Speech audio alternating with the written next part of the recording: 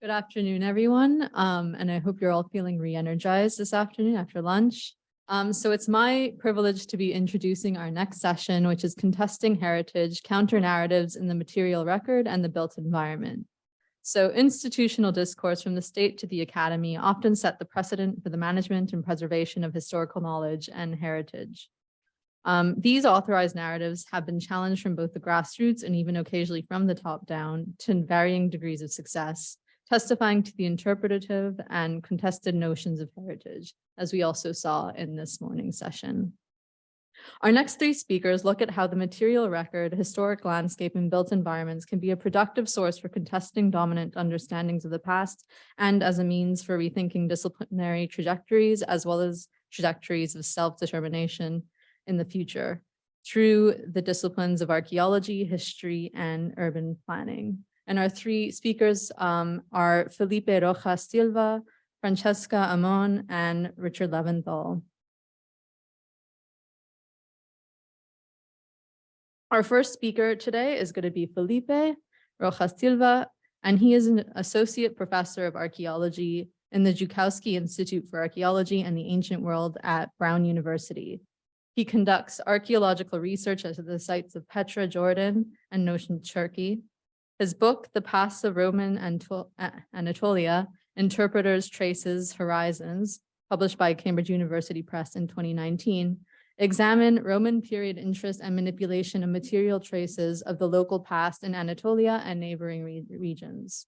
Among his other publications are the co-edited volumes, Antiquarianisms, Contact, Conflict, and Comparison, published by the Zukowski Institute Publications in 2017, and Afterlives of Ancient Rock-Cut Monuments in the Near East, published by Brill in 2021, and Otros Pasados, Ontologías Alternativas y el Estudio de lo que ha sido, which was published by the Fondo de Promoción de la Cultura in 2022. He is interested in the comparative history of archaeology and antiquarianism worldwide, especially in the Mediterranean, the Near East, and the Americas, the history and theory of fakes and forgeries, and the archaeology and history of the scripts and languages of ancient Anatolia. So without further ado, please welcome Felipe Rojas Silva.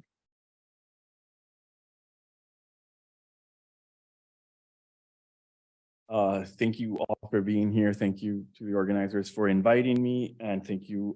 So I will be talking about Petra. Amitav Ghosh in The Great Derangement suggested that the climate crisis was a crisis of culture and thus of imagination, and he explained the sort of great lack of a climate crisis novel as part of that imaginative failure. And I want to sort of reflect briefly about the possibility that the question is heritage too a victim of this dearth of imaginative alternatives? Petra in southern Jordan is as good a place as any to think about these questions for a number of reasons. It is highly recognizable far beyond the borders of the Hashemite Kingdom of Jordan. And also the past few decades, at least since the 80s, the heritage industry has transformed not only Petra, but also the lives of the people who used to live in it precisely in order to turn the site into heritage. In 1985, Petra was deemed a World Heritage Monument, and it changed the lives of everybody who lived in and around it. Last year, almost 1 million people visited Petra, and before COVID, those numbers were higher. When tourists go to Petra, they normally expect to see images like this, which were promoted partly by Indiana Jones and sort of Hollywood, but also by archaeologists who have thought about these monuments primarily in 2D as sort of facades largely, and I'll come back to the issue of facades. If you go to Petra, chances are you will see exactly this view, and chances are also that you'll be sort of in a sea of tourists that also want to see that view and take exactly the same picture that one takes. Anyway, there are other reasons, and it's not just the World Heritage Monument denomination that have made Petra a tourist attraction, and there are sort of weird events that happened in Petra. For example, a half marathon that happens yearly. And also, in addition to being a World Heritage Monument, there was this effort to make it a new wonder of the world. And here you have a balloon right in front of the so-called treasury in Petra. All these decisions have real-world impact. The nearby town of Wadi Musa, which had around 1,500, 2,000 inhabitants in the 70s, has multiplied in size, and maybe 30,000 people live there today year round, but then hundreds of thousands of people come into Wadi Musa every year. I want to talk about Petra and heritage, partly because I work there, and I'll get to that in a minute, but also because recently, a few years ago, a new museum was opened in Petra that showcases the archaeological treasures of the city. And I would say it's a stunning building, arguably the most beautiful building, modern building in the whole town.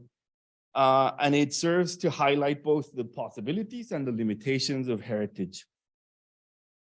I'm going to talk about a few things that the museum does that I think will be recognizable for many of you who have thought about these topics, and that in Petra have had peculiar impact, but perhaps the things that I'll talk about will resonate with your experience and with some of the discussions we had this morning. One of the things that the Petra Museum and the Jordan Museum in Amman do is very tightly sort of wind the story of archaeology with that of the nation. This shouldn't be surprising. It's been diagnosed and studied in detail by people such as Yannis Hamilakis, my colleague, and Margarita Yasandreu. This is in some ways a belated happening in Jordan. Since the 19th century, that sort of entangled and complicated relationship has been happening. And that is no exception in the Petra Museum. As a result of that sort of entanglement, you get very teleological linear narratives that adhere to super rigid periodizations. And here you have an example of that. You have sort of Roman Petra and Christian Petra. And this cool thing, the Franks came and left. And then eventually you get to the Hashemite kingdom of Jordan. It seems like a very clear trajectory to the present. There are other aspects of the way the material culture of Petra is presented in the museum that perhaps will be recognizable. Intense fragmentation and dislocation of a lot of archaeological artifacts. This is an example among many possible ones. An architectural fragment is kind of completely disconnected from its architectural setting in order to show kind of the bust, but this would have been part of a much larger monument, perhaps a gate, that is hardly explained. The most extreme case of this dislocation and fragmentation happens with the facades of Petra that are so famous. Tourists, and as I say, archaeologists sort of have relished in looking at these facades and have turned them into sort of vignettes at the expense of the really complex volumetric aspects and of these tombs. These facades are parts of really complicated assemblages or kind of funerary machines that have gardens and courtyards and pools and cisterns and peristyles, and they're places to do all sorts, or were places to do all sorts of ritual activity, banquets and things like this, and insisting on the facade and on the photos kind of reduces the complexity of the monument inevitably. Other narratives that are highlighted and emphasized in the Petra Museum include that of ancient technological genius. The place, the southern Jordan is imagined as this desert, and the museum and certain narratives highlight sort of the technological genius that led to the possibility of carrying water into the city.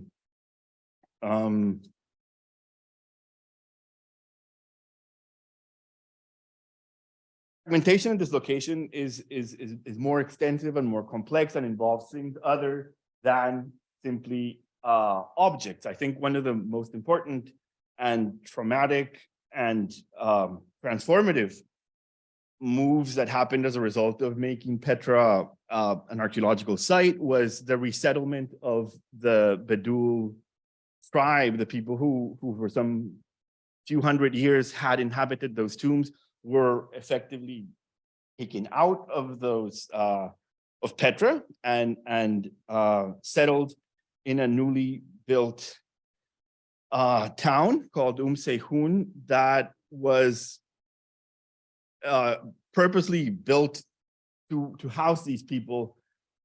There's all sorts of literature on how sort of poorly conceived this was, and the consequences of that fact are present to this day. So the Bedouin of Petra were taken out of the city center and the nearby tombs, and then resettled in this strip of highway. And I'll get back to this in a minute. Fragmentation and dislocation, in order to tell the Petra story, is happening continuously, and it's happening more intensely after COVID. I'll give you an example, but I could give you many.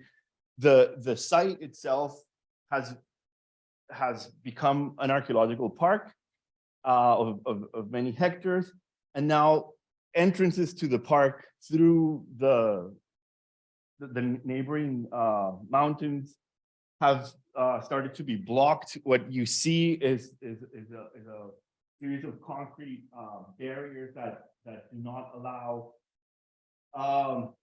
cars to go through, so that you could access Petra from sites other than where the government authorities want you to access Petra. And there's a guardhouse there that also prevents tourists from accessing Petra. So, I mean, briefly, the production of this museum and the production of the archaeological site has favored not only certain narratives, but certain forms of engagement with the city. And it has favored certain types of material culture. It has favored certain periodizations. It has favored certain temporalities and horizons at the expense of many others that were vibrant and are visible in some ways. I'm not going to talk about intangible cultural heritage, but this has also but the sort of the deeming the Bedouin intangible cultural heritage has also had repercussions on their livelihoods. In some ways, both good and bad. There's a possibility of making money from some of these designations, and one can go, and there's all sorts of tourism, more and less nefarious, to experience sort of Bedouin lifestyles. And there's hundreds of supposedly Bedouin houses on Airbnb that you can stay in. And then there's sort of more interesting and more complicated sort of dynamics, including this kind of weird fact that young Bedouin have been dressing up as Jack Sparrow, partly to take advantage of the fact that tourists kind of expect Bedouin to be dressed up as Jack Sparrow, but not entirely without awareness that there's a funny thing going on here. Anyway, I'm not going to talk about this, but if people want to talk about it, we can do so, and we can talk about more complicated forms of tourism, including sort of sex tourism to the region.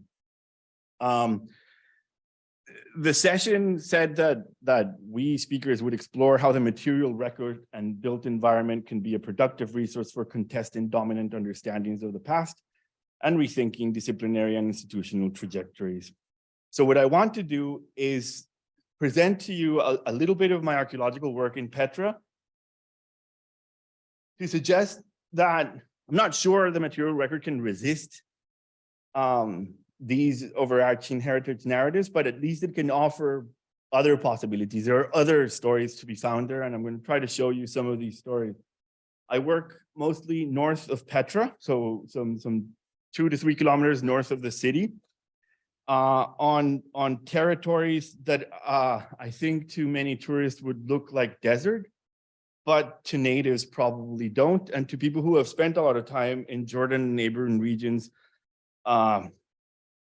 are probably more complicated than just the desert. And what I've been doing for the past 5 or 6 years with Sarah Newman, who's at the University of Chicago, is to dig, and with lots of other people, students and colleagues, is to dig these agricultural terraces that are ubiquitous around Petra, that are in some ways sort of remarkable, and that tell histories of occupation, of human occupation of that landscape that are deeper, more complicated, and more interesting, I think, than those favored often in Petra. I dig the terraces in different ways, and part of the point is to understand how the soil around those terraces has accumulated and what it has been used for. So we can date the soil, and we do date the soil and associated with those terraces. And we also try to understand what grows in the soil by using phytolith analysis, what was grown in those soils. The main purpose of my research in Petra is to understand the long-term history of agriculture. And by long-term, I mean a few thousand years. So 4,000 or 5,000 years of agriculture in the region. That diachronic span is unusual because Petra has so often been studied as a Roman city. Like the Roman part is the interesting part. There was something before that was not very interesting because it was nomadic, and so there's not a lot to study. And then it all fell apart, and the sort of Mamluks came and messed things around. The Roman part is kind of the part that is interesting. I think if you study the agricultural landscapes around Petra, you get a much more interesting and dynamic picture. And also you get a picture of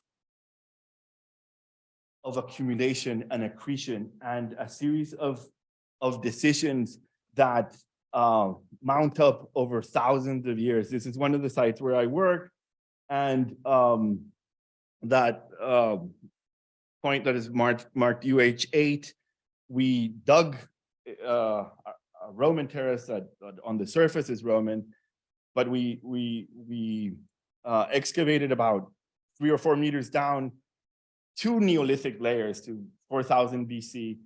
So it's a very long-term history of people who knew how to use this landscape, who knew how to modify this landscape to make it livable and to make it do what they wanted to do.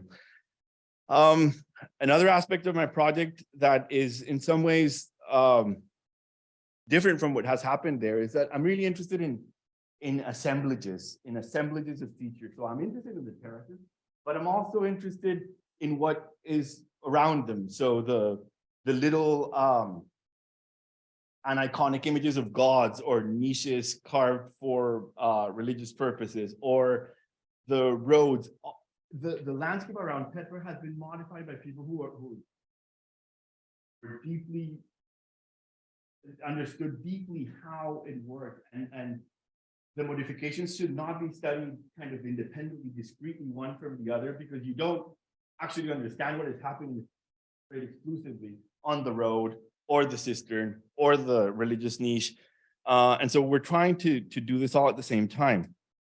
As part of that effort, and this is kind of, I think, for some archaeologists, will seem a little unusual. We have devoted a lot of time and energy to drawing the landscape, and to drawing the landscape in some ways in old-fashioned ways. We use watercolors and we use colored pencil. The point is to sort of show that the city is not the city is not rose red, but rather green and yellow, and there's all sorts of other colors in that city that would have been just as impressive to somebody coming from the outside in the Roman era or other times than the monuments themselves. That if you're coming down from Yemen on a caravan and suddenly find fields and fields of wheat and then fruit trees and then grasses, that is going to be just as surprising and shocking as one of those beautiful tombs. So we've done a lot of hand drawing of these things. And we've also done things that archaeologists today do a lot of, like LiDAR, but as opposed to what happens in Mesoamerica, where the trees block a lot of the anthropogenic features, here what we get is a very detailed picture of thousands or tens of thousands of tiny interventions that determine where water flows. And this is just an overlay of one of those hand-drawn images over the LiDAR. I'm almost done. Another image of these terraces with vegetation. I think in some senses, some of the narratives that can be extracted from the rural landscapes of Petra, if you want to call them that, work against the connection of archaeology and nationalism. They certainly tell non-linear narratives, non-linear trajectories that sometimes end and sometimes just take unpredictable ways. I think it's possible to work against fragmentation. They certainly work against the notion of technological genius, because what is striking and important about a lot of these features is that they're not controlled by a single individual or even by a single state. They happen over thousands and thousands of years. This is infrastructure produced since the Neolithic to the present. And finally, finally for this, I have a few more things to say. They also work against the notion of scarcity and against the notion that this is a desert. Petra is actually not in the desert. There's about 200 to 300 millimeters of water, of rain a year, which is a lot for the region. It just happens all at the same time. And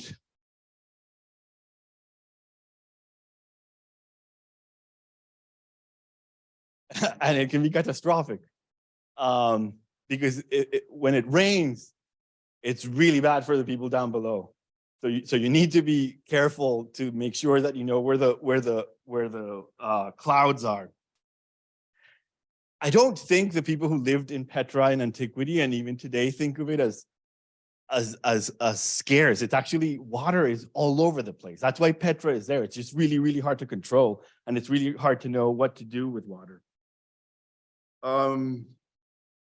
So Amitav Ghosh says there's no great climate crisis novel. I don't know. Maybe he's right. Maybe a possible exception is Abdul Rahman Munif's Cities of Salt. And in that novel, he used fiction to think through the cataclysmic changes brought about by the petrochemical industrial complex on the lives of people in the Arabian Peninsula. Wadi al-Uyun, says Munif, was an ordinary place to its inhabitants and excited no strong emotions, for they were used to seeing the palm trees filling the wadi and the gushing brook surging forth in the winter and early spring, and felt protected by some blessed power that made their lives easy. When caravans came, enveloped in clouds of dust and weakened by hunger and thirst, yet redoubling their efforts in the last stage of the journey to reach Wadi al-Uyun as quickly as possible, they were overtaken by an almost frivolous enthusiasm. They controlled their exuberance and headed straight for the water, feeling sure that he who had created the world and humankind had created at the same time Wadi al-Uyun in this very spot as a salvation from death in the treacherous, accursed desert. I think what's interesting about about cities of salt is that it shows kind of the really deep asymmetry that happens when a local thinks of the place they inhabit and when a foreign visitor thinks of the place they inhabit. And I don't know whether heritage is lacking in imaginative possibilities. I do know that people who have lived in Petra have figured out ways of living in Petra that are exciting and interesting and sophisticated and complicated and often sort of unfair, but in other cases, more fair than heritage. This is, there's a lot of tension between the government authorities and the Bedouin. This is a recent image of basically a bunch of kids being chased out from Petra with those little military trucks. The problems are enormous and are complicated not just because of archaeology or tourism, but also methamphetamines and other things that are making life difficult. But one of the tragedies of taking the Bedouin out of Petra and of separating the Bedouin from the archaeological narratives sort of enshrined in the museum is that people did live in Petra and people continue to live in Petra in ways that made it possible to live in Petra. These photos were taken this past summer, a little bit far removed from the city center. And you can see that these are actual inhabited spaces. It's a Nabatean tomb that has been turned into a house and another Nabatean tomb that has been turned into a tractor garage. Of course, this is not what, you cannot sell tourism like this, but maybe you could. I don't know, and I'm not suggesting that one should sell tourism like this. What I am suggesting is that by turning the whole place into this skeletal museum, you're basically suffocating the actual reason that Petra was there in the first place. This is a photo of a farm, of a working farm, maybe 300 kilometers from the city center, 300 meters from the city center. It's a spectacularly productive farm with hundreds of orange trees.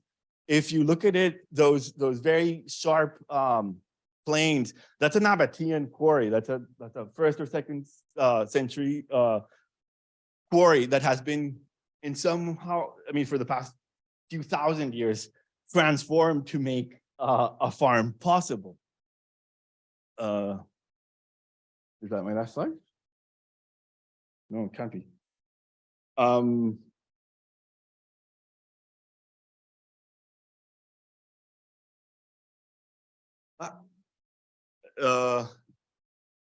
love this image because it shows the Nabatean section, the lush vegetation that I think would have existed when this city was working, and also the very unattractive sort of hoses that are necessary to make vegetation possible.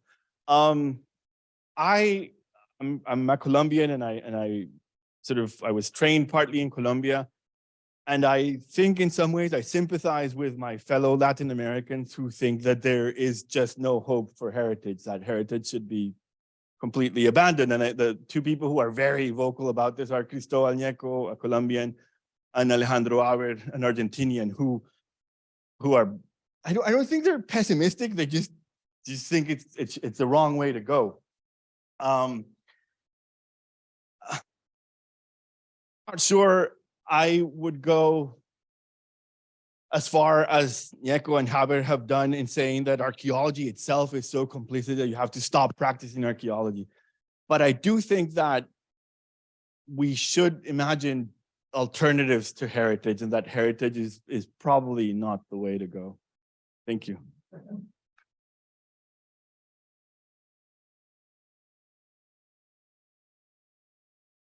So thank you, Felipe. And next we have Francesca Ammon, who's an associate professor of city and region. Oh, that's not, I'm sorry, I was getting distracted by the screen. Of city and regional planning and historic preservation here at the University of Pennsylvania in the Stuart Weitzman School of Design. A social and cultural historian of the post-World War II built environment. She is the author of Bulldozer, Demolition and Clearance of the Post-War Landscape, winner of the Lewis Mumford Prize for the best book in American planning history. She is currently writing a history of post-war preservation and urban renewal based upon the Philadelphia neighborhood of Society Hill. Her research also leverages the digital humanities to integrate photographs, oral histories, and other historical records into narratives and urban change through her website, Preserving Society Hill, and an NEH-funded exploration of Ed Ruscha's photographic documentation of Los Angeles's Sunset Boulevard. So please come up, Francesca.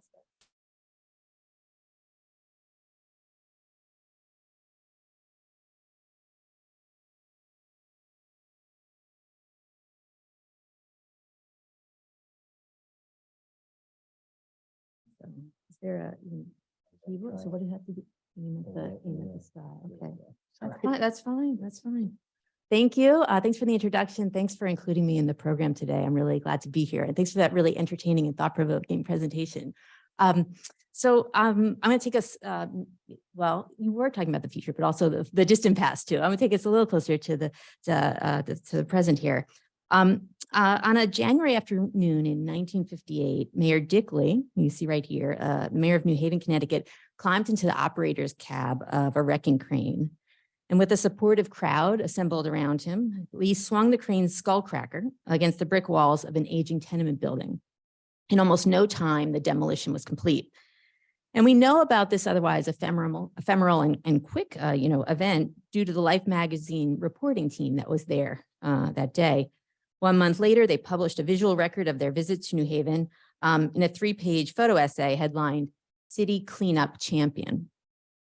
And the most striking image in this photo, I think, is this one. It depicts Lee seated at the controls of the crane. And while the click of the camera shutter suspends the wrecking ball in midair, the pile of displaced rubble beside it and the largely cleared landscape that you can see reflected in the window in the back there testify to both the machines and the mayor's latent power. Lee, as you can tell, can hardly contain his pleasure while unleashing that potential. Turning towards onlookers located outside the photographic frame, the beginning of a satisfied smile creeps across his face. Now we'll see. All right. One outtake from the photo shoot shows the wrecking ball even closer to its target and the mayor more focused on his task, but obscures that facial expression. Another image captures his beaming smile, but crops the full piece of machinery. And yet a third discarded image from that visit depicts the mayor standing triumphant in front of the wreckage after the demolition is through. But the chosen representation, the one they printed in life, foregrounds both the key human and mechanical players, demonstrates the mayor's personal participation in this work, and offers a glimpse into the emotion that the process produced in him. Among all the options they had at their disposal, this image that Life selected conveys the most celebratory portrait of a man and machine triumphing over urban decay. Now, it was no accident that the journalists were on hand to witness this scene. Lee had orchestrated it specifically for them. His staff proposed their itinerary and scheduled the building wrecking as one of their stops. Preparations taken in advance of the city's opening demolition ceremony suggest the additional steps that likely preceded this building wrecking. For that earlier ceremony, the demolition contractor had cleared out the inside of the building and, quote, prepared it to the extent it will take only a few minutes to make its walls cave in. The electric and telephone companies removed the wires located in front of the building, which fortuitously also eliminated clutter from the photographic depictions that would follow. And as a result, according to the agency's daily demolition report, quote, the building was collapsed in a flourishing manner. Such public spectacles of the seemingly fast and effortless pace of the city's urban renewal demolition campaign were a pretty common practice for the mayor. He was even accused of purposely leaving scattered vacant eyesores standing, quote, for propaganda purposes and none other.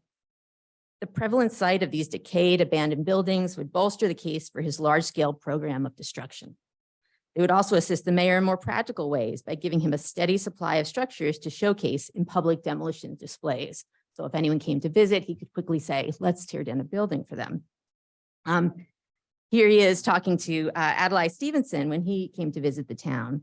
And he regularly scheduled these things when dignitaries or journalists were coming to New Haven.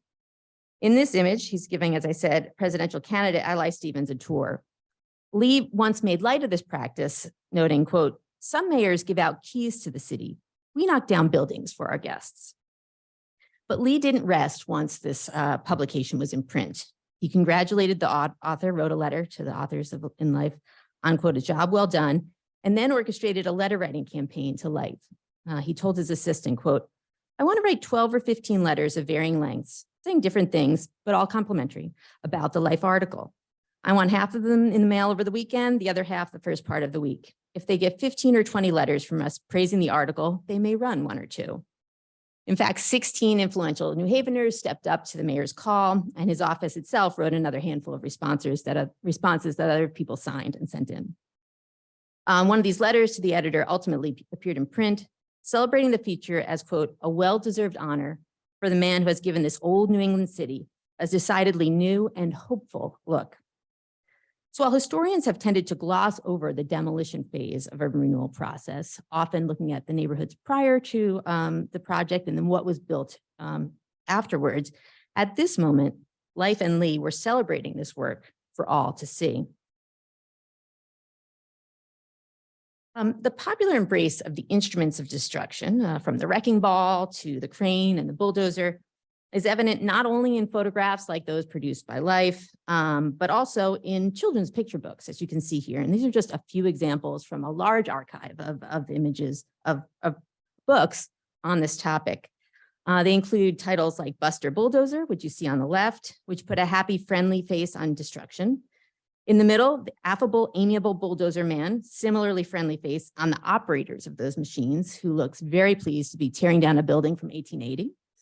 And then on the right, Tear Down to Build Up, the story of building wrecking, which was published just 3 years after that Life photo essay, further elaborated on the demolition story for young readers. The author of this book wrote, "Of course, these cranes are there for the purpose of destruction, the tearing down of buildings, but they're also, in many ways, a sign of progress, of the world moving forward toward better living everywhere." So on post-war construction sites of both fact and fiction, the narrative of demolition as progress rang out loud and clear. To provide a bit of broader historical context for this vignette that I've shared, under the Housing Act of 1949, the US federal government covered two-thirds of the cost of acquiring and clearing land for new, often private construction that would follow. So that's what made it really feasible. This land, they had eminent domain power to acquire the property, and they paid for the cost of acquiring it and clearing it, such that others would then have to just pay to develop it. It'd be very difficult to assemble this land and make it affordable had they not done that. By 1965, nearly 800 municipalities located in every state of the nation had or planned urban renewal participation. With only half of these projects at the execution stage at that point, renewers had already acquired almost 57 square miles of land, upon which wrecking crews had demolished over 150,000 structures. And that was by 1965. The program didn't end until the early 70s, and the projects that were funded by it went into the 80s. These weren't typically monumental edifices of major significance, although there were certainly some of those. But more typically, they include the myriad anonymous small-scale vernacular buildings. The 1960s proved to be the peak decade for such demolition, with an average across the country of about 1 out of every 17 dwelling units falling nationwide. That was what happened across. But these were more than just material losses. They also profoundly affected those communities who had previously occupied and worked in those spaces. By the 1980s, the federal program had displaced nearly 1 million families and over 100,000 businesses. New Haven's experience of this national story was typical in process, but somewhat more vigorous in application. New Haven has the distinction of having received the most federal dollars per capita for urban renewal. So it's a smaller city relative to places like New York, Boston, Philly that also participated, but per capita, they garnered the most dollars for this process. Between 1957 and 1980, its urban renewal program demolished over 3,000 buildings located across more than 300 acres of land. Clearance for highway construction only added to this toll. So overall, in its most active decade of destruction, which again is the 1960s, New Haven eliminated 1 out of every 6 dwelling units. And I said that 1 out of 17 was kind of the national average. So they really were a leader in destroying. The urban renewal program that Lee was promoting and which many of his constituents initially supported, re-electing him over and over, accounted for most of these losses. Now, urban renewal itself was part of a larger story of dramatic transformation of the post-war American landscape. In order to clear space for new suburban housing and industry, for interstate highways, and of course for urban renewal development, wrecking companies demolished buildings and earth-moving contractors leveled land at an unprecedented pace and scale. These things still happen, of course, but it was really during the urban renewal era that it happened across the country and at such a scale to have these massive, widespread and similar kind of impacts in cities across the nation. Thus, while the post-war decades are well known, as I think, as an era of rapid American growth and construction, they were equally significant for large-scale destruction. Within a long history of the creative destruction of the American landscape, the post-war period is exceptional for the realization of large-scale clearance on a nationwide level. What I call a culture of clearance, that is the ideology, technology, policy, and practice of large-scale destruction, made possible this vast remaking of city and country. The bulldozer is the iconic machine that both realized and symbolized much of this work. And so I made that machine the subject of my larger book project called Bulldozer, upon which my remarks today draw. By focusing on the urban renewal building demolition piece of that story today, I hope to add an important piece to our collective conversation at the symposium about the ways in which the built environment has been erased and contested in physical, social, and cultural ways. So accounts of urban renewal often skip from before to after, as in this view of the Oak Street neighborhood in New Haven that was depicted in Progressive Architecture magazine. And you might also be more familiar with ground level versions of this, kind of the slum housing versus new modern housing that was constructed. What I'm interested in asking is, what did quote unquote progress look like when it was in progress on the ground? You know, what happened in the gap between those two images here? Lee's performance and life's representation of seemingly quick, clean, and easy demolition offered a positive perspective on how this work would proceed. As one observer put it, the expectation was that there would be, quote, armies of bulldozers smashing down acres of slums. And they said that in a really celebratory way, like that would be a great thing. The reality, however, was quite different. There was much more to the work of taking down a building than Lee's quick swing of the wrecking ball suggested. Rather, the process was slow, dirty, difficult, and environmentally and socially damaging. For one thing, post-war slum clearance produced massive volumes of refuse. And while the city originally permitted contractors to burn much of this, nearby residents and retailers soon complained. The redevelopment agency in New Haven responded by relocating burn piles elsewhere in the city, but eventually they had to ban the practice entirely. This change in policy increased the cost of the work and also introduced the hassles of trying to find dump sites for all of this material. Some of the less scrupulous among the wrecking companies met this challenge by illegally burying their waste materials on site. And their infractions were typically only discovered years later when property developers noticed sinkholes and settling on supposedly complete sites. And although whole blocks were envisioned to come down en masse, think about those armies of bulldozers that were supposed to be coming, difficult relocations and legal opposition led structures to come down in a more patchwork pattern, as shown in this photo. So this whole block of buildings will come down. It actually took about 10 years for the whole thing to happen. This slowed the process and dramatically increased the price of the work as contractors had to switch to smaller, less efficient equipment. It even bankrupted some companies in the process, and it kept the city's taxes diminished during these interim periods of fallow land. Further, for those who had to live alongside demolished structures, the pounding of wrecking balls damaged chimneys and party walls and conscribed neighboring citizens to live in, quote, the fear and dust of demolition, as one complainant put it. Numerous homeowners contacted the agency about a fence, wall, driveway, or garage that had been damaged during a neighboring wrecking job. One homeowner found her house surrounded by demolitions on all three sides. Over time, cracks developed in her walls and ceilings, and her chimney required complete rebuilding. And she attributed all of this to, quote, the continual pounding of a weight used to crush concrete and flying debris. As the daughter of this homeowner wrote to the redevelopment agency, quote, amid this chaos, my mother is trying to maintain the property, having recently spent $3,000 to paint and repair the exterior of the house.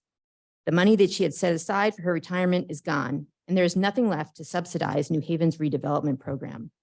My grandmother is old and very sick. My mother is under a doctor's care and in poor health, which is now aggravated by this constant source of irritation. This house has been our family home for many years, and we stay here with the perhaps unrealistic expectation that conditions will improve. So although the resiliency of New Haven's neighborhoods depended upon both improved building conditions and the physical and emotional investments of its residents, at times the burdens of demolition seemed to crush that resolve where it was needed most. The lived experience of urban renewal building demolition caused physical, social, and psychological hardships for local residents, to say nothing of its impact on city businesses. In New Haven, demolition meant relocation for about 30,000 people. The agency offered them modest moving expenses as they were required by the federal law, and help finding a new improved home at comparable costs, which is the sort of conversation I imagine is going on here as a relocation expert is speaking with someone in the Southwest neighborhood of Washington, D.C. These residents moved to public and private housing within and outside the city, typically, as social scientists found, improving their physical living conditions.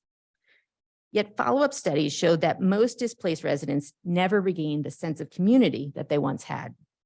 One relocated New Haven resident later recalled, "It was very traumatic for all of us, a way of life went." And the burdens of relocation, I think as we well know, fell disproportionately upon the city's minority residents. In New Haven, this often meant Eastern Europeans, Italians, and African Americans.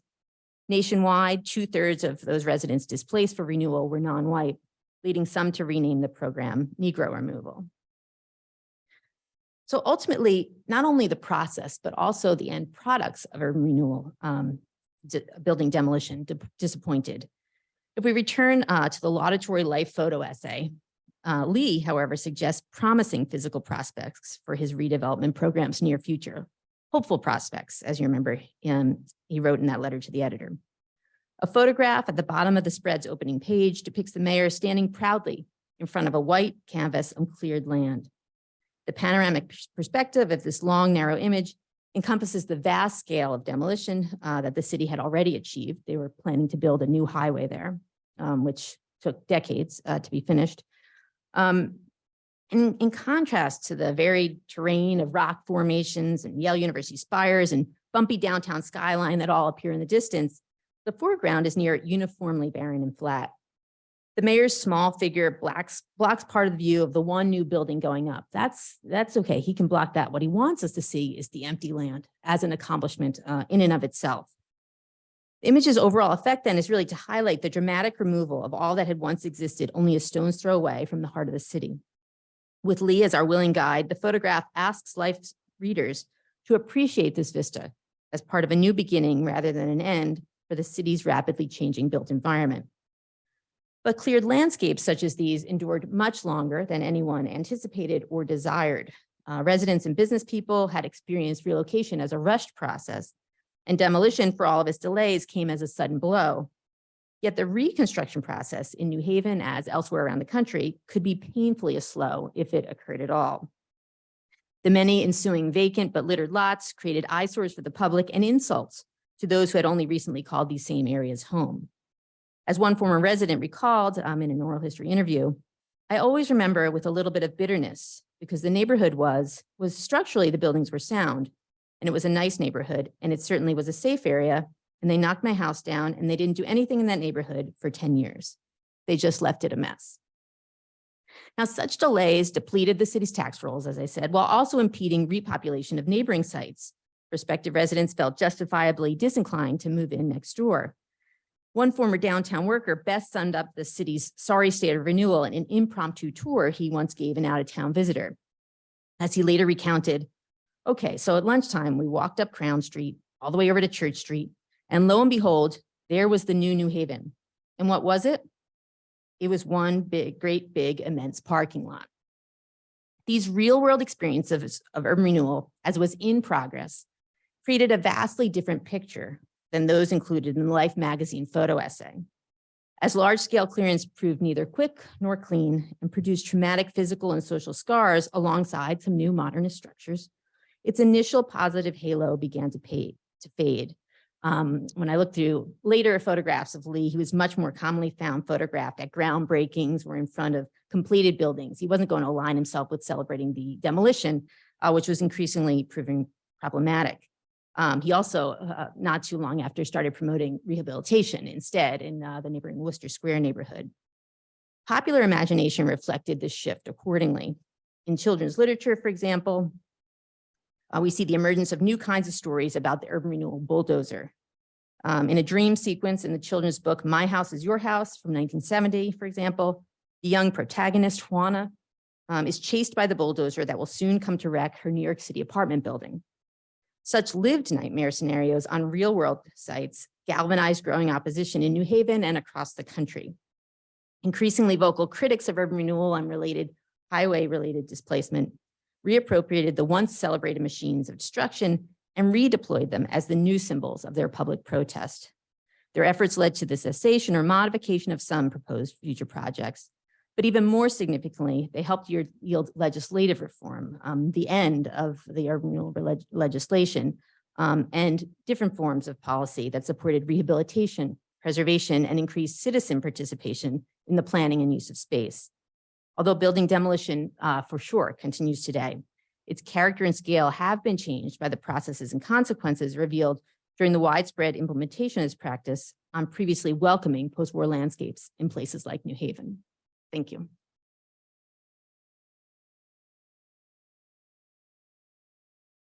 Thank you, Francesca. And that was a really wonderful and beautiful connection to this morning's panel. And I really look forward to the discussion afterwards. So finally, we have Richard Leventhal, who is the executive director of the Penn Cultural Heritage Center of the Penn Museum, as well as professor in the Department of Anthropology here at the University of Pennsylvania. He serves as a curator in the American section at the University of Pennsylvania Museum of Archaeology and Anthropology, where he formerly served as the Williams director. Prior to coming to Penn, he was the president of the School for Advanced Research in Santa Fe, New Mexico, and the director of the Kotzen Institute of Archaeology at UCLA. Leventhal received his PhD from Harvard University. He is one of the directors of the Teosuco Heritage Preservation and Community Development Project, focused upon the 19th century rebellion called the Caste War of the Yucatan, or the Maya Social War. He has written extensively about the ancient Maya and about cultural heritage preservation. So please welcome Richard Leventhal.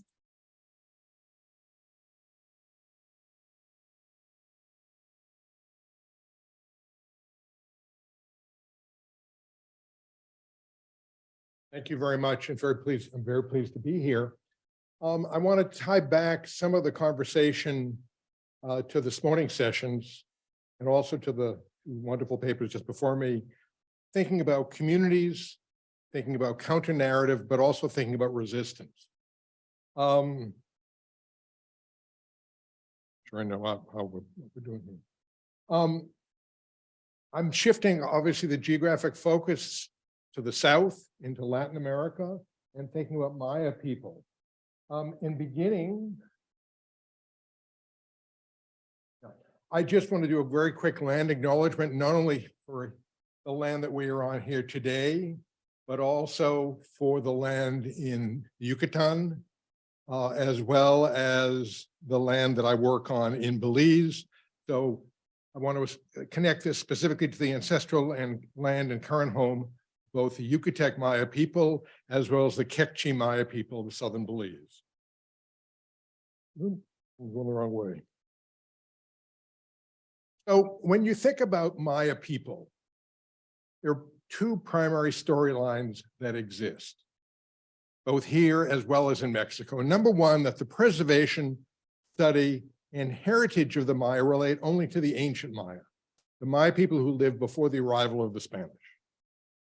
The second storyline is that the Maya people disappeared at some point in the 16th, maybe 17th centuries, maybe even a little bit earlier than that. These are the stories that are told to students, that are told to tourists who visit the region, and to anybody else who studies the Maya people.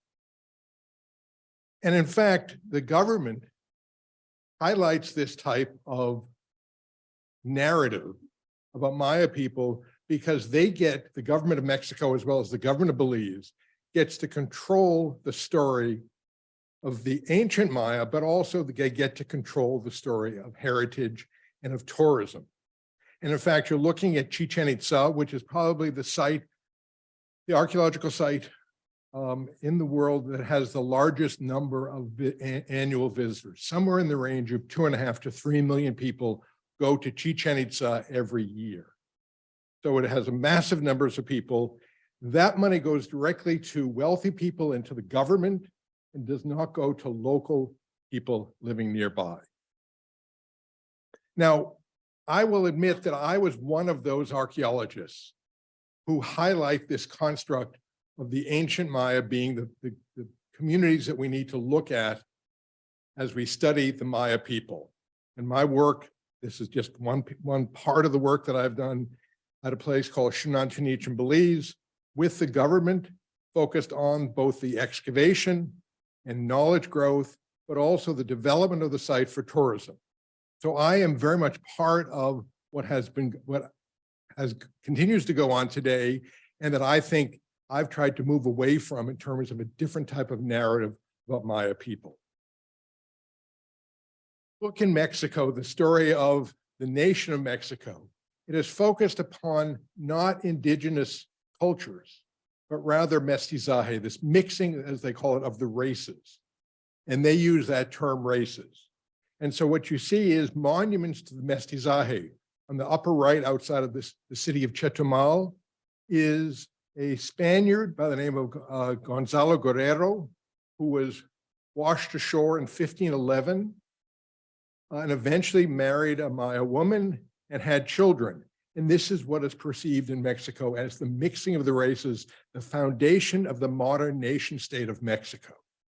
In the bottom left, inside Mexico City, is in fact Cortez with La Malinche seated there, and then a child. Again, the mixing of the races, the indigenous race and the Spanish people who came in the 16th century. The ancient Maya are used over and over again. They are used in terms of the hotel construction. They are used in terms of representing that ancient past in the modern day world. They are used even in the museum in Cancun, a relatively new museum that does not talk about modern Maya people because they've disappeared, but rather talks about the ancient Maya, and that's the culture that is presented to tourists on a day-to-day basis. At the same time that that story is being told to the millions and millions of tourists who go to Cancun and to go to the region along what's called now the Maya Riviera, south of Cancun towards Tulum, is in fact the Maya people also disappeared. At the same time, those Maya people, as you can see in the upper left, are constructing the hotels and the museums and the other places that the tourists go, or they are in fact performing for those tourists, as you can see in the bottom right. But the story is being told that the Maya have disappeared. So in fact, at the end of this conversation, whether it's you're a tourist or even scholars, the argument is when you talk about Maya people, you talk about you talk about a great civilization, you don't talk about the modern day world, you don't talk about what happened after the 16th, 17th century. You don't talk about the colonial past and the destruction of Maya culture. And in fact, not that you have time, but if you look at that table of contents, it's all about the ancient Maya, does not include the modern Maya people. But if you get outside of Cancun and you go into the central parts of the Yucatan where Maya people are living today, in fact, what you see is a very different construct of heritage. It's an alternative heritage. It's a heritage that relates, in fact, to, excuse me, the 19th century. And so when I went first to Teosuco, and this was about 10 years ago, 11 years ago, which is a small Maya community, about 6,000 to 7,000 people living right in the middle of the Yucatan, well away from the coast. What I saw there was a monument to a man by the name of Jacinto Pot. I'll explain that in just a second. And they're a church that had been left open in its reconstruction. And in fact, what they're celebrating was and is the caste war of the Yucatan, or the Maya social war. That was a war from 1847 to 1901. And in fact, it's considered quite likely that the war continues today. This part of Mexico, it's considered to be the crankiest part of Mexico in terms of the government. In the town of Teosuco, they have kicked out government officials. And when I mean kicked out, I mean they chased the truck and the woman from the National Institute of Anthropology down the road with shotguns and machetes trying to kill her.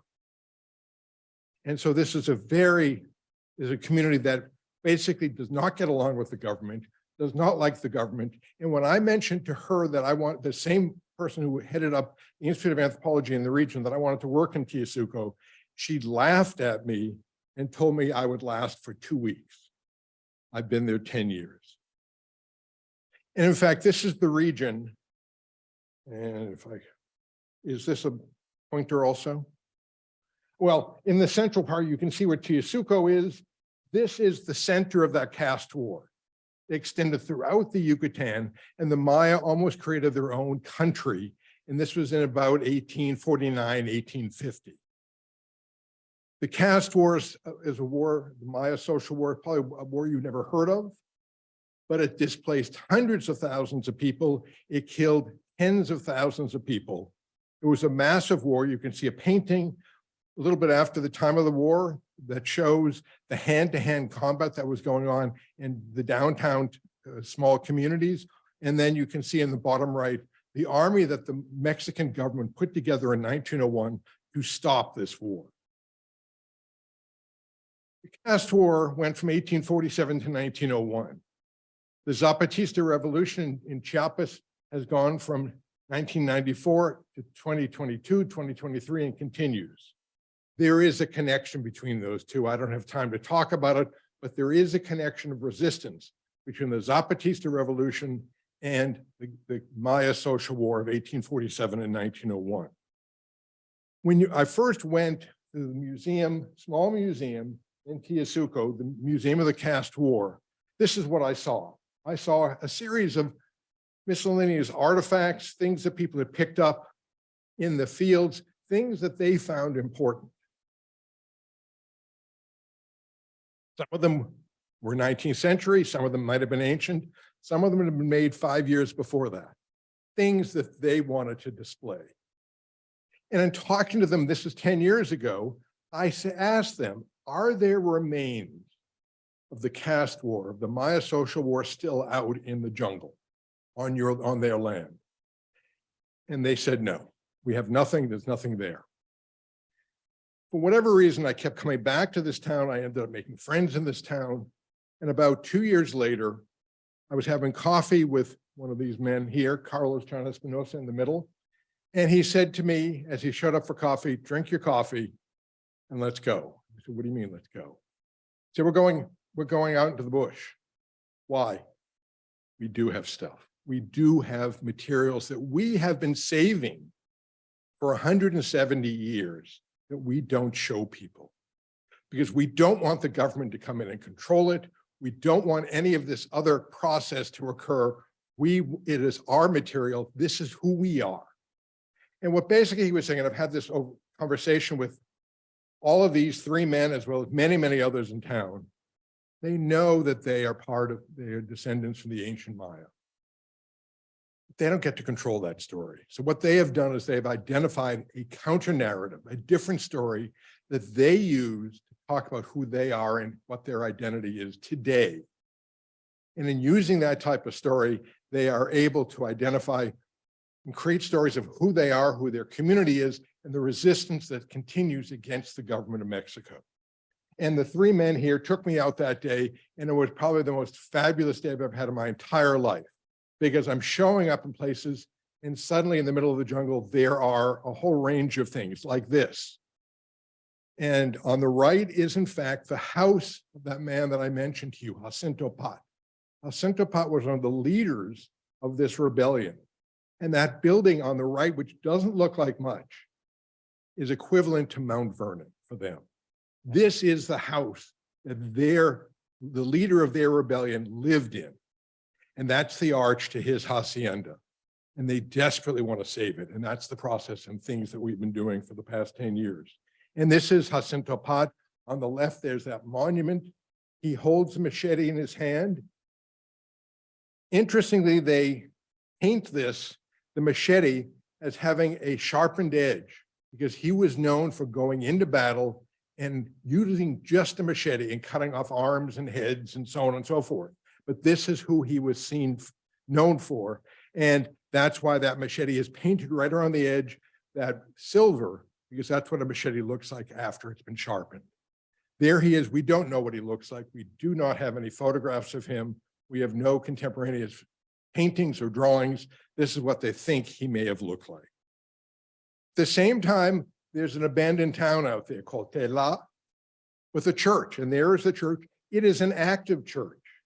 When the people from town go there, they get on their knees and they pray, or in fact, the women start to sweep before they pray.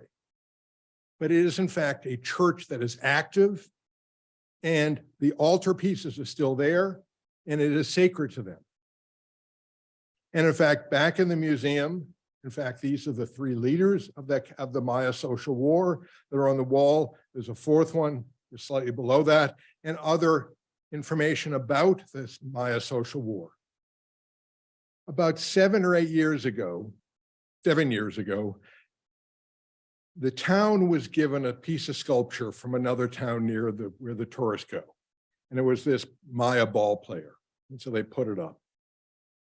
The laughter, the foolishness that the community felt with this, you should have heard what they were talking about. They thought it was the stupidest and the dumbest thing, and they had so much fun with the opening of this monument that's all they talked about for 2 weeks, because they didn't want this monument. It was given to them, so they put it up because the mayor kind of had to connect it to another mayor of another town near where tourists were.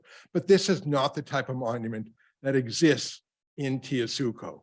There are monuments and places that are sacred to the Maya people that have nothing to do with the ancient Maya people, because that's not the story that they can tell.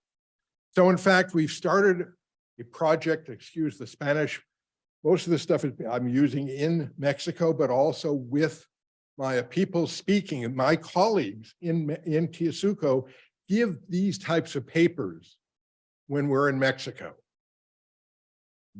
I'm trying to get them to come here to speak also. None of them speak English, but we do have an agreement that I don't give all the papers. They have to give in the same types of papers like this when we go to conferences in Mexico.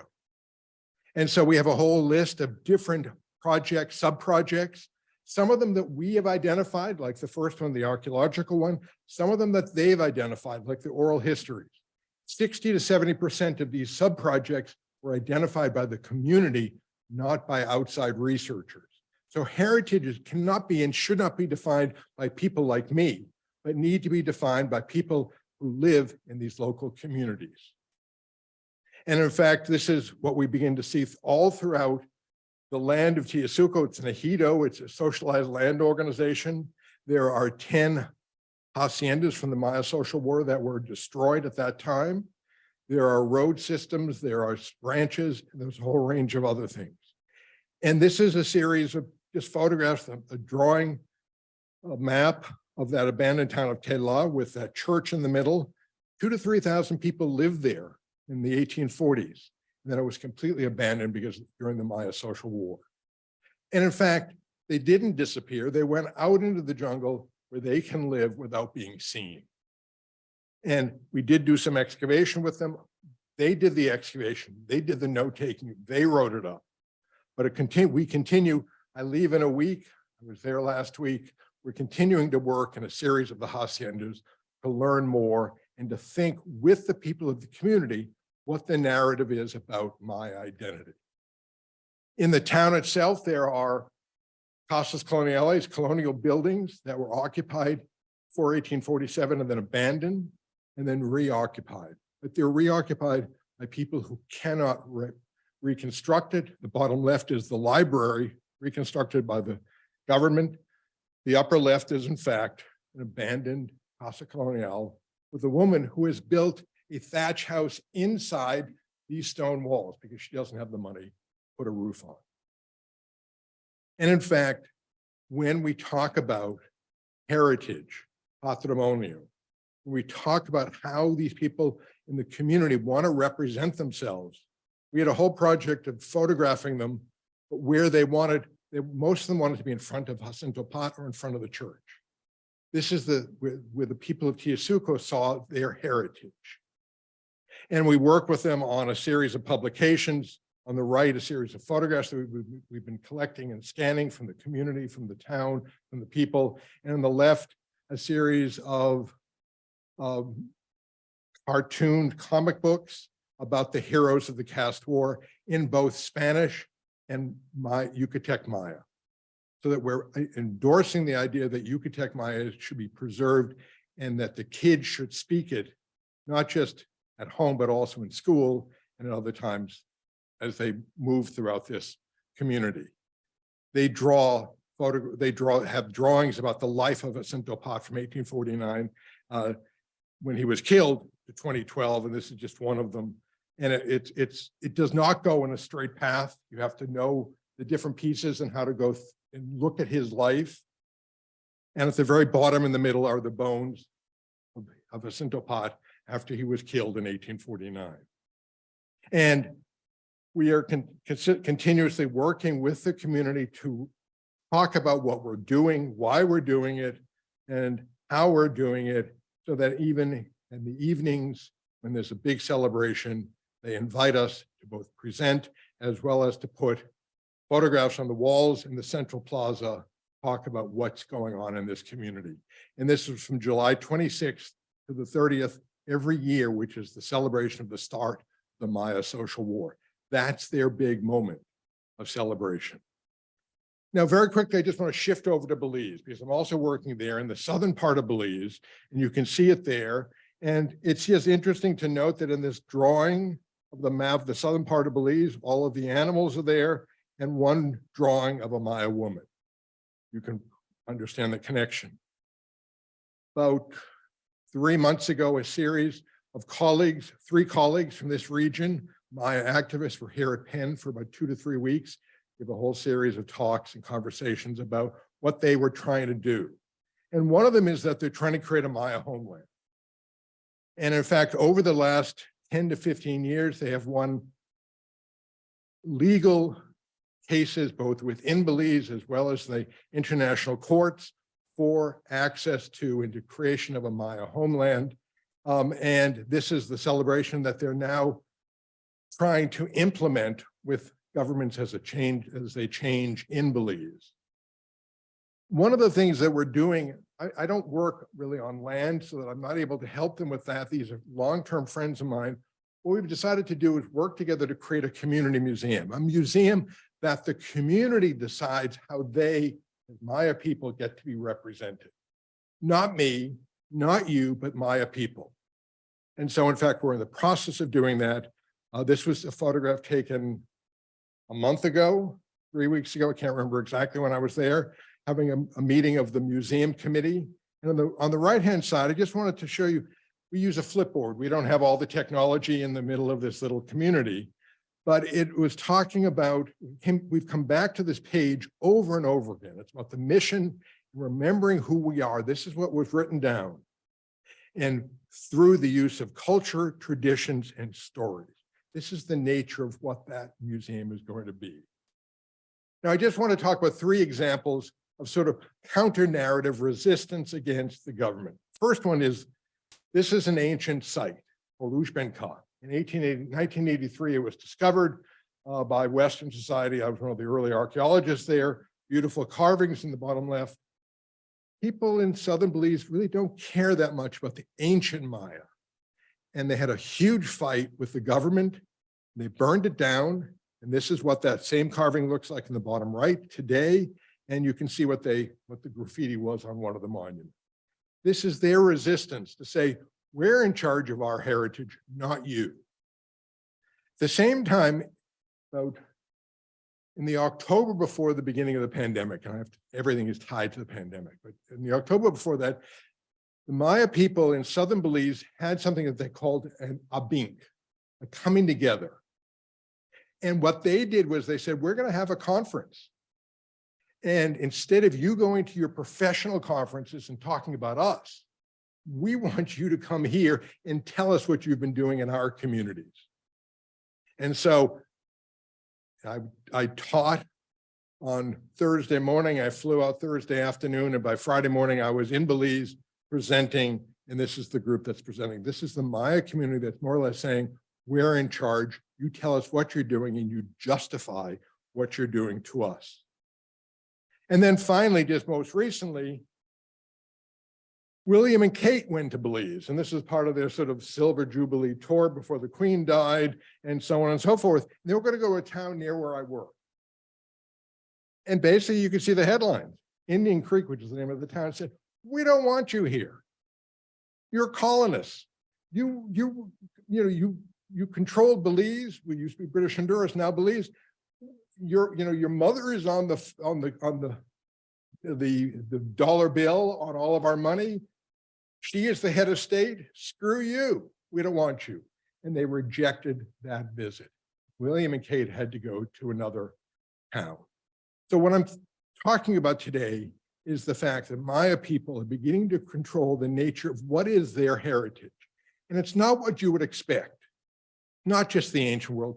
They've said, great, we're descendants, but we are in fact controlling who we are by kicking William and Kate out, or by in fact having a series of stories about the Maya social war, the Maya caste war, that allows us to think about what our own history is and our own heritage, which is resistance to the colonial powers, whether it be Mexico, the United States, or the millions of tourists who go to Cancun annually. Thank you very much.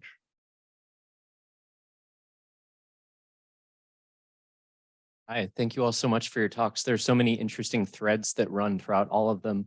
And I think one maybe perhaps obvious thread is that they all focus on the dehumanizing effects of heritage discourse, the way that its archaeological or its architectural gaze tends to evacuate people from the landscape, sometimes quite forcibly. And I'm wondering what media forms do you think are best suited for repeopling some of the sites that you've studied?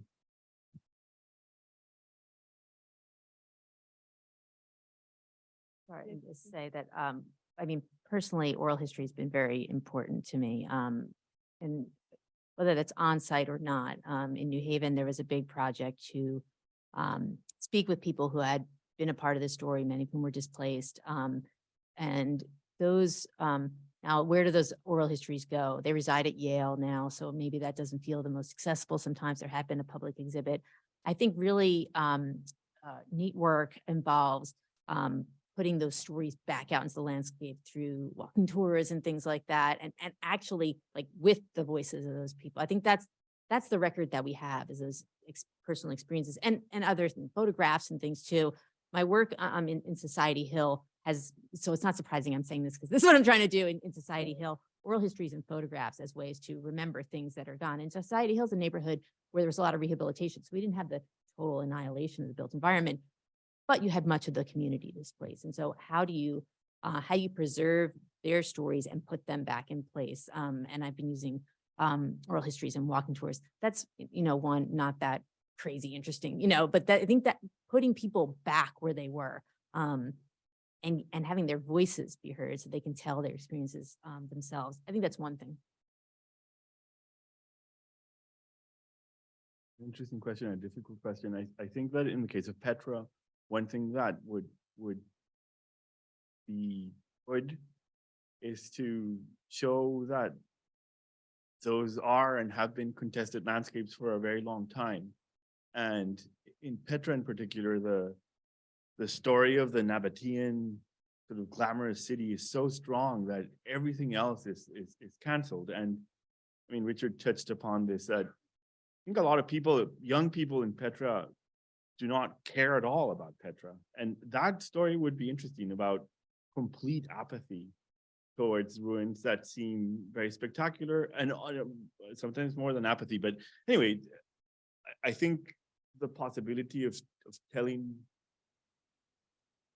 more than one story, or that making known more than one story would be useful. It's very hard. I think if the driving narrative is sort of nationalist, we are sort of from here. It's kind of hard to do that.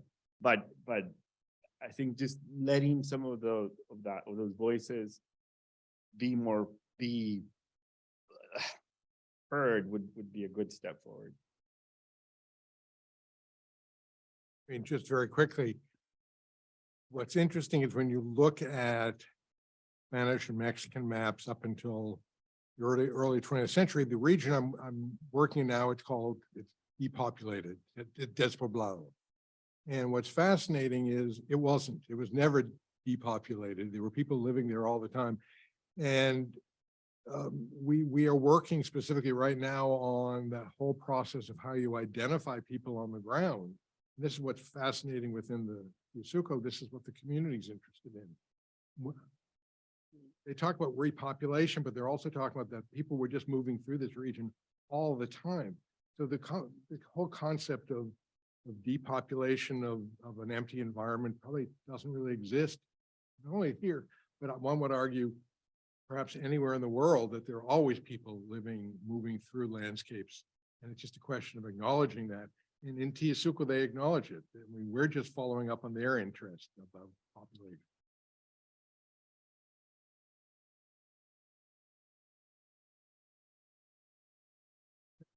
Hi, thank you all so much. These are really interesting papers. My question is about resistance. So we just heard about some very explicit and forceful resistance to like governmental enterprise in Mexico and Belize. I was wondering if Francesca and Felipe, you could talk a little bit about resistance to these either urban renewal processes or like government-run heritageization processes among these displaced communities, whether in the past or ongoing, and also would you consider your own work to repeople these landscapes part of resistance or yeah.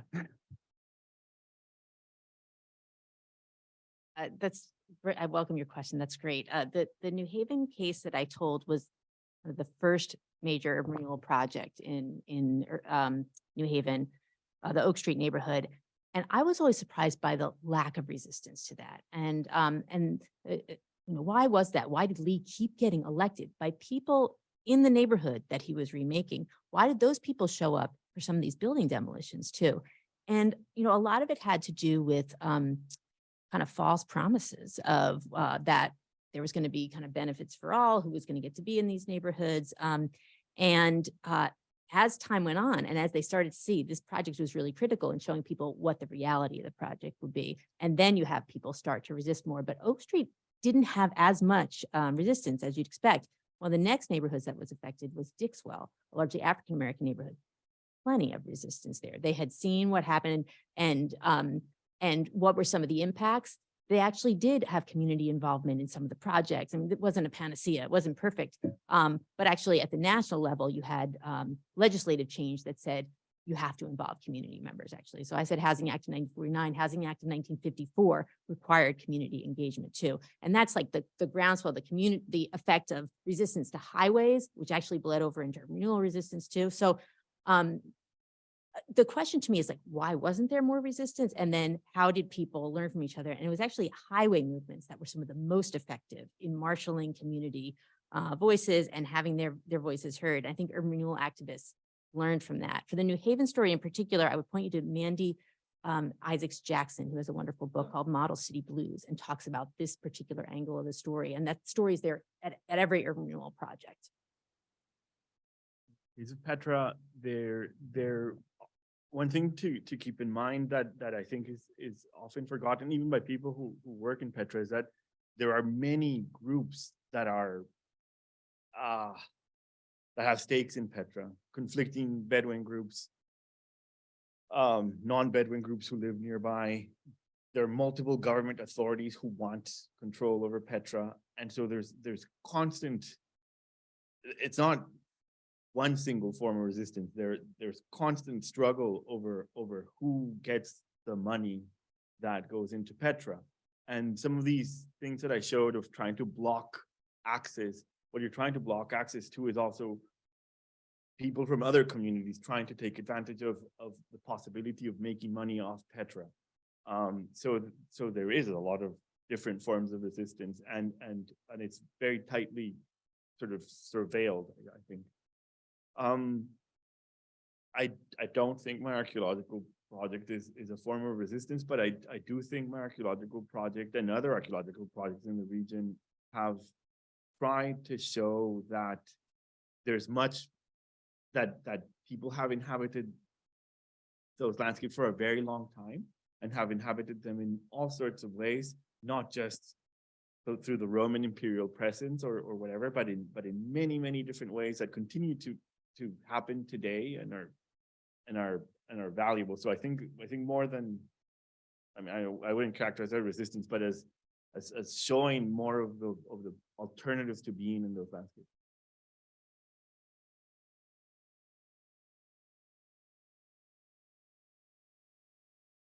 How would you weigh in on the economic arguments of the three developments that you're talking about? So maybe I would say to you in Petra, look at all the millions and millions of dollars that are coming into our country. Look at the education of Petra. People wouldn't know anything about it without that. And the same with New Haven, you know, the tax base, the housing is expensive to rehab.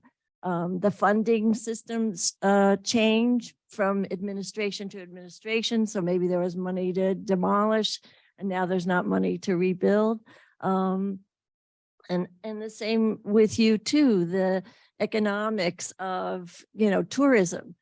One place you're criticizing it, I don't mean you, but, and then another place you're trying to generate it, even though it is, you know, kind of locally driven. So if you're Mayor Dick Lee, you know, you're looking at money, you're looking at city revenue, you're looking at dilapidated houses, the same, you know, with the planner here in Philadelphia. So numbers wise, it's a strong argument. And how would you counter that? Yeah, I mean, it was no coincidence that cities across the country were tearing down because that's what you had to do to get the money. You couldn't even, rehabilitation couldn't be your approach. There was no money for that in 1949. You had to clear. And it wasn't that places were necessarily resistant to that either, but so that drove what happened. But it didn't take long for people to start criticizing urban renewal. You know, people like Jane Jacobs talking about the destruction of community, of course, sociologists also saying these places weren't slums, you know, they're being mischaracterized. Martin Anderson is an author from Harvard, an economist, who says it's not paying off. That's the other reason why urban. So there's a crescendo from all different sides of why urban renewal comes to a close. And that economic argument is actually one that comes to bite it as well, that the costs exceed what's actually generated for lots of different reasons. And then, you know, when the money gets cut off by the federal government, it has no legs to exist in that same scale. So the money is a huge part of it. People wanted to tear things down forever, but every city in the country starts doing it because the government's giving out money for that. And when it stops, in part because it's not paying for itself, then it becomes, you know, places still demolished for sure, but not at this scale and not every place. My answer is basically the same. So I also, and I mean, to add to that, which I'm sure applies also to New Haven, very little of that money is then invested in the community. The community sees very little of that money. I think the brutal homogenization of everything is just, it's just sort of helped by the money, but then you don't see it on the way back.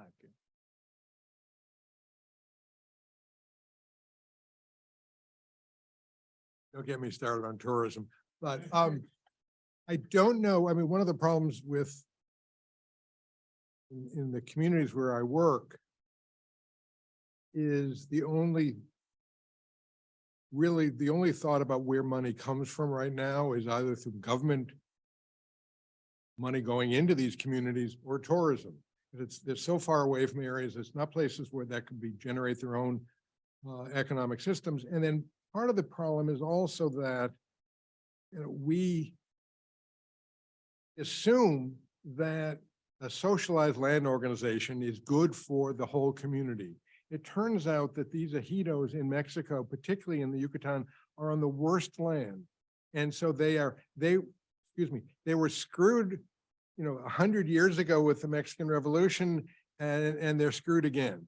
And what we're now trying to say is, is there a way for some sort of economic development on the back of the gringos who are coming to spend money in Cancun? And the Cancun tourists stay in Cancun. Nobody has any interest in them. Spring break, I'm going to be on an airplane Saturday. I'm going to be with all spring breakers. I have no interest in them. The question is, what about the overnight tourists who are spending 3, 4, 5, 6 nights? And we extend that one night. They come to Teosuco, not to have hotels, but to visit and to see these alternative histories. The problem is when we try to sell that idea of alternative histories, tourists don't know anything about it. So that in fact, they want to go to the big archaeological sites. They want to go to the cenotes. They want to go to the beaches. And so the problem is, how do you sell something that people don't know anything about? Thank you so much. I think we're going to have to wrap up there because of time, but please join me in giving another round of applause to our speakers.